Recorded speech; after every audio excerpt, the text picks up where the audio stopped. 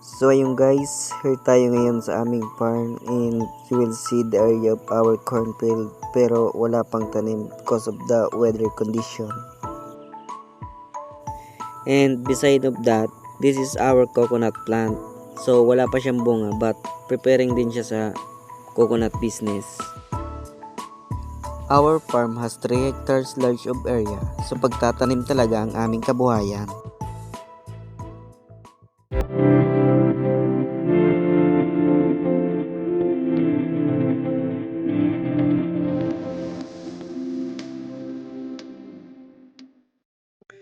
Land preparation.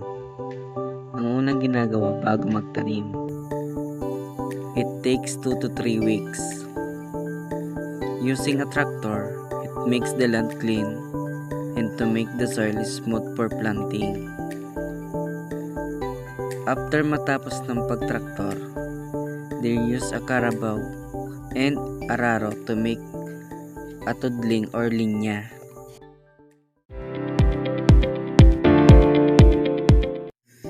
Basal fertilization is the second step for the preparing the soil for planting. Sa paglalagay ng abono, tinatawag din itong paupo or pwede din gumamit ng dumi ng manok to make the soil fertile at para maganda din ang tubo ng binhi.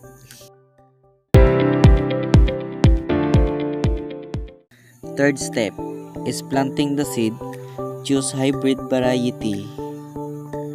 Then, sa pagtatanim, 2 seed per hills and 25 centimeters apart para siguradong tumubo ang binhi.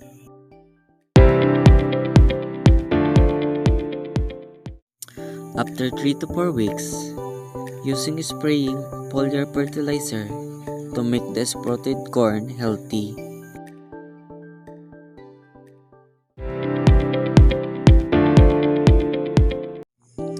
Side dress. Putting a mix of complete and urea fertilizer. Ginagawa ito after 1 month. This is the last application of fertilizer, then waiting the corn bears to harvest.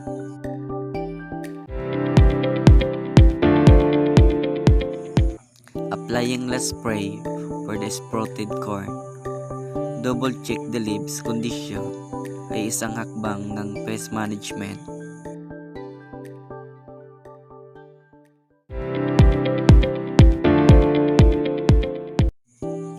When the burst corn and leaves turn to brown, it means ready to harvest.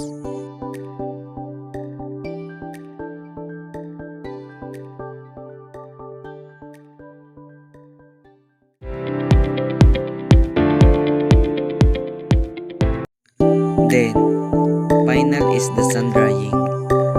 Binibilad yung mais ng 2 o 3 araw. Or else, they use a dryer machine to dry the corn quickly.